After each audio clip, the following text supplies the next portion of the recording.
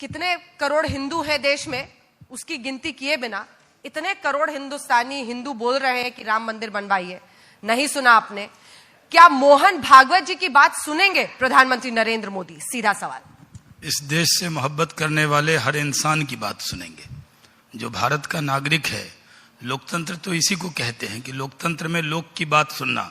और मोहन भागवत जी तो एक बहुत बड़े संगठन के, दुनिया के सबसे बड़े गैर राजनीतिक संगठन, एक सांस्कृतिक संगठन के वो सरसंघचालक हैं। उनकी बात का महत्व है, तभी तो आप ये डिबेट कर रही हैं। सर, आपको फंसाने के लिए मैंने ये सवाल पूछा था, क्योंकि अगर वो मोहन भागवत की सुनेंगे तो फिर कोर्ट की कौन सुनेगा? जी, इसीलिए मैं फंसा नहीं ना आपके सवाल में। मैं जानता था कि आपका सवाल क्यों आया है, तो मैंने आपसे कहा कि अंजना ओम कश्यप की बात भी सुनेंगे और जो यहाँ बैठे हुए लोग हैं सबकी बात सुनेंगे। और ये सही है कि हिंदुस्तान के लोग चाहते हैं कि राम मंदिर बने, और ऐसे तो राम मंदिर में आज पूजा हो रही है, वहां पर राम मंदिर स्थापित है, उसका भव्य भवन बने। और इलाहाबाद हाई कोर्ट का फैसला पहले आया है, ये मामला अदालत में है। शाहनवाज जी तो देखिए सर, सेफ पिच पे बैटिंग कर रहे हैं। वो बीजेपी में है तब वो राष्ट्रवादी मुस्लिम है। आप बड़े अनसेफ पिच पर हैं, क्योंकि आप कटघरे में हैं। आप इस देश की आस्था के खिलाफ, करोड़ों हिंदुओं की आस्था के खिलाफ चाहते हैं कि उनका सपना टूट जाए, पीढ़ियां दर पीढ़ियां चली जाए, लेकिन राम का मंदिर ना बन पाए। नहीं, आपकी बात बिल्कुल सही है। मुसलमान अनसेफ है, मैं मानता हूं बीजेपी के रूल में। ये कब बोला मैंने? दूसरी बात यह है कि शाहनवाज साहब ने सही कहा, मैं भी मानता हूं कि 89 पालनपुर के रेजोल्यूशन से पहले इनको राम मंदिर याद नहीं आई। 1960 में विश्व हिंदू परिषद बनी गई, उस वक्त राम मंदिर याद नहीं आई। तो पालनपुर में अचानक इनको याद आ गई। मैं शाहनवाज साहब से जानना चाह रहा हूं कि आप कहते हैं कि आरएसएस एक सोशो कल्चरल ऑर्गेनाइजेशन है, उनको क्या इख्तियार किसी गवर्नमेंट को प्रेशर करने का? आप में सुन लीजिए, उनको क्या इख्तियार प्रेशराइज करने का? क्या आप ये बात सच नहीं है शाहनवाज साहब के जो 3 दिन का ज्ञान आरएसएस के चीफ ने दिया? आप शायद गए थे होंगे विज्ञान भवन में।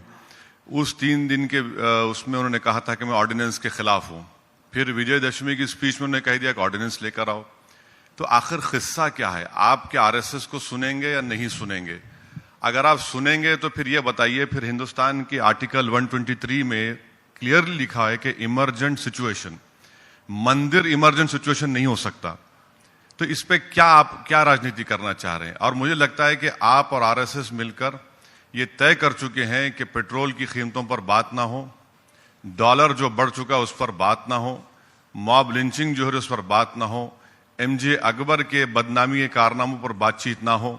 इसीलिए अब ये मिला जुला आप लोगों का लगता है कि भाई आप ऐसा बोलो और फिर चर्चा शुरू हो जाएगी देश में। देखिए, चर्चा तो ओवैसी साहब शुरू करते हैं। इस मुल्क के लोगों के आस्था का सवाल है। अगर ओवैसी साहब बढ़कर कहते, क्योंकि वो मेंबर ऑफ पार्लियामेंट हैं और मुस्लिम मेंबर ऑफ पार्लियामेंट नहीं है, बल्कि उनकी पार्टी का नाम कुल हिंद मजलिस इत्तेहादुल मुस्लिमीन है। मैं चाहता हूं कि वो सिर्फ मुस्लिमीन नहीं होता, पूरे हिंदुस्तान के लिए होता, तो ज्यादा उनकी बात का वजन होता। क्योंकि आप एक नजरिए से सोचते हैं। मुझे नहीं मालूम कि जितने मुस्लिम मेंबर ऑफ पार्लियामेंट चुनकर आते हैं वो सिर्फ मुस्लिम के वोट से ही आते होंगे। और मुझे ये भी मालूम है कि शायद ओवैसी साहब को भी कुछ हिंदू वोट भी मिलता होगा। तो अगर हिंदू वोट कुछ भी मिलता होगा तो उसकी भावना की इज्जत करना, उसके भावना का एहतराम करना भी आपका फर्ज होगा। तो इस मुल्क में अगर राम मंदिर यहां नहीं बनेगा तो कहां बनेगा? और मैंने आपसे कहा कि आप कह रहे हैं कि मोहन भागवत जी की बात क्यों सुनेंगे। मैंने शुरू से कहा कि लोकतंत्र में सबकी बात सुनेंगे। और फिर मोहन भागवत जी का ऑर्गेनाइजेशन राष्ट्रीय स्वयंसेवक संघ इस मुल्क से मोहब्बत करने वाला संगठन है, उसकी बात क्यों नहीं सुने? आप तो कहते हैं कि कश्मीर में जाकर अलगाववादियों से बात कीजिए, तो जो मुल्क से मोहब्बत करे उसकी बात नहीं सुने। लेकिन मैंने आपसे कहा, यह भारतीय जनता पार्टी का ऑफिशियल स्टैंड है कि मामला अदालत में है और हम थोड़ा इंतजार करेंगे। चुनाव से कोई रिलेशन लेकिन नहीं हम चुनाव से कोई मतलब ही अरे नहीं। छोड़िए सर। एक नहीं अनेक बार कहा है कि भारतीय जनता अरे पार्टी कभी तो सच बोलिए। चुनाव सच ही तो बोलते हैं सर तभी तो 19 आ गया, मंदिर याद आ गया, 4.5 साल गहरी नींद में थे। शीतकालीन सत्र में क्या ये सच नहीं है कि आपके एमएलए और सांसद एक ज्ञापन साइन कर सकते हैं कि राम मंदिर के लिए अध्यादेश आए? ये अध्यादेश की पुकार कहां से निकली है, कुछ तो बताइए। दुश्वारी ये है कि जो बीजेपी के स्पोक्स पर्सन शाहनवाज हुसैन को नहीं मालूम और हमारे एमपीज को भी नहीं मालूम, वो अंजना ओम कश्यप जी को मालूम है कि वो साइन कर सकते हैं। ये आपका सोर्स कैसा मजबूत है मुझे नहीं मालूम आपके सोर्स के बारे में, लेकिन मैं आपको कह सकता हूं हम राम मंदिर के विषय पर हमारा जो स्टैंड था है वो रहेगा, लेकिन मामला अदालत में है। जब इलाहाबाद हाई कोर्ट का भी फैसला आया तो वैसी साहब ने तब तो मोहन भागवत जी की तारीफ नहीं की। उन्होंने कहा ये किसी की जीत नहीं, किसी की हार नहीं, कोई जश्न नहीं मनाना, ये मामला बातचीत से निकलेगा या अदालत के जरिए निकलेगा। अभी कानून बनाने की जहां तक बात है, लोकतंत्र में सब लोग मांग करते रहते हैं और सरकार बहुत सी चीजों पर विचार करती है, लेकिन पहले कयास लगाना कि चुनाव आने वाला है, बीजेपी के एमपी साइन कर सकते हैं, और उसके बाद ये कहना कि बीजेपी इस मुद्दे को बना रही है, ये हमारे लिए चुनाव का मुद्दा नहीं है, हमारे लिए आस्था का मुद्दा है। वैसी जी क्या आपकी मजबूरी है अब राम मंदिर के खिलाफ बोलना? वही जो एम से मुसलमानी आपकी पार्टी के नाम में है, मजबूरी है कि कोसना है? नहीं, मेरी कोई मजबूरी नहीं है। मेरी मजबूरी सिर्फ यही है कि मैं आरएसएस का सख्त खिलाफ हूं, बीजेपी का सख्त खिलाफ हूं। शाहनवाज साहब मेरी पार्टी का नाम बदलने की बात की है। शाहनवाज साहब आप क्यों हारे? आप मुसलमान रहकर क्यों हार गए अपनी पार्टी से? मैं तो लगातार सुन लीजिए, मैं लगातार 3 लोकसभा जीता हूं, सुन लीजिए, थोड़े से रह गया। मतलब आप कमजोर नफ्स पे हाथ रखे और बोलने भी न दे बीमार को। नहीं, शाहनवाज साहब आप क्यों हारे? आपकी पार्टी 420 सीट पर लड़ी, जिसमें से 7 मुसलमानों को टिकट दिया, सिर्फ आप एक ही अपनी जमानत बचा पाए।